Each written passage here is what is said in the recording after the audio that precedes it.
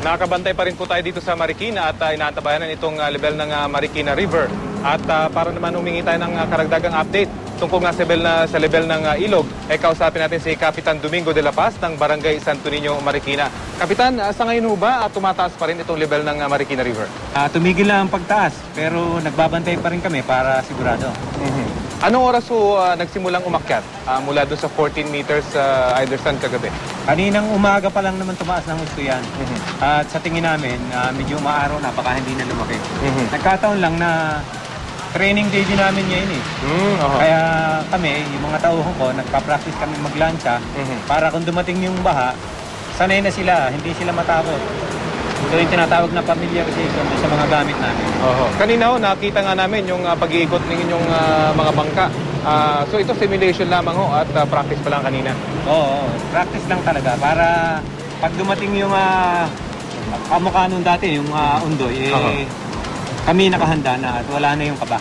Nung huli nga po, nabanggit nyo yung undoy, wala pa ho kayong ganitong rescue teams dito sa Barangay Santo Niño? Wala pa kasi bagong kapitan lang uli ako nun. Pero ngayon, naghanda na nga kami.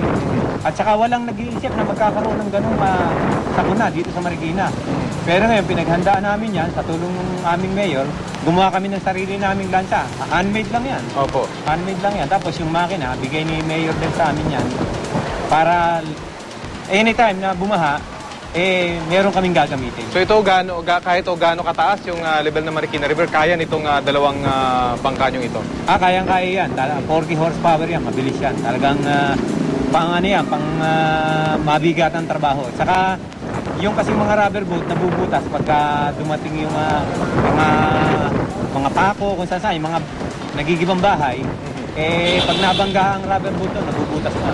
Kaya ngayon, ang ginawa namin, fiberglass para matibay. So ngayon, hindi nyo na inaasahang tataas pa itong level ng tubig dahil maaraw na mula pa kanina? Sa ngayon, hindi na siguro. Pero magpa-practice pa rin kami hanggang mamaya. Kasi ilang tao pa yung napapractice namin eh. Kailangan kasi maraming nakakaalam sa bawat gamit. Hindi isa lang. Opo. At meron ba kayo panawagan sa inyong mga kababayan? We understand, ulitin lang ho natin yung mga warning signals ninyo. Pag umakyat ng 15 meters, number 1, warning 1 yung inyong ipapakawala. Warning number 1 lang yun, yung 15. Ibig sabihin nun maghanda-handa lamang tayo. Ayun, kung dumating doon sa 16, magbalot-balot na. Talagang, kumbaga sana nakabasta ka na doon sa pagsakay doon sa mga sasakyan. Meron man tayo mga sasakyan ginagamit dyan. Ngayon, pagdating ng 17, ayaw mo sa gusto talagang kailangan pumunta ka na sa evacuation center. Para konti na lang yung aming iintindihin. Kumbaga matitira na lang dyan, yung talagang ayaw iwan yung kanilang bahay at saka yung ibang matitigas ng ulo.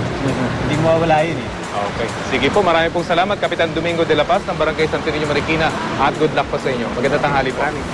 Salamat po.